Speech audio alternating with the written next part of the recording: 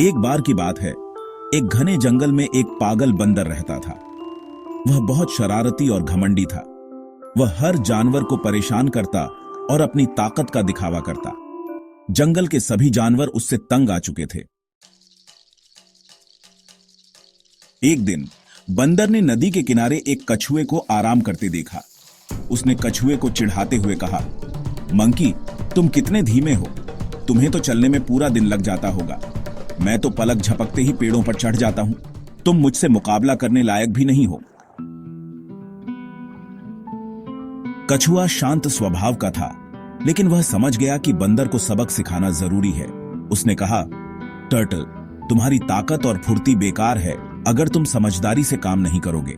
बंदर ने हंसते हुए जवाब दिया, मंकी, तुम मुझे सीख देने की कोशिश कर रहे हो। चलो मुझसे मुकाबला करो। देखते हैं कौन ज्यादा चालाक है। कछुए ने हामी भर दी और बंदर से कहा, टर्टल, ठीक है, मैं तुम्हें हराऊंगा, लेकिन यह मुकाबला एक शर्त पर होगा। बंदर ने तुरंत पूछा, मंकी, क्या शर्त है? कछुए ने मुस्कुराते हुए कहा, टर्टल, जो भी नदी पार करके पहले आम के पेड़ तक पहुंचेगा वही जीत जाएगा। बंदर ने हंसते हुए कहा, मंकी, यह तो बहुत आसान है। तुम तो नदी में ही रह जाओगे, मैं जीत जाऊंगा।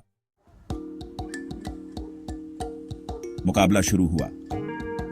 बंदर तेजी से नदी के किनारे दौड़ने लगा, लेकिन जैसे ही उसने पानी में छलांग लगाई, उसे समझ आया कि वह तैरना नहीं जानता। वह पानी में हाथ पैर मारने लगा।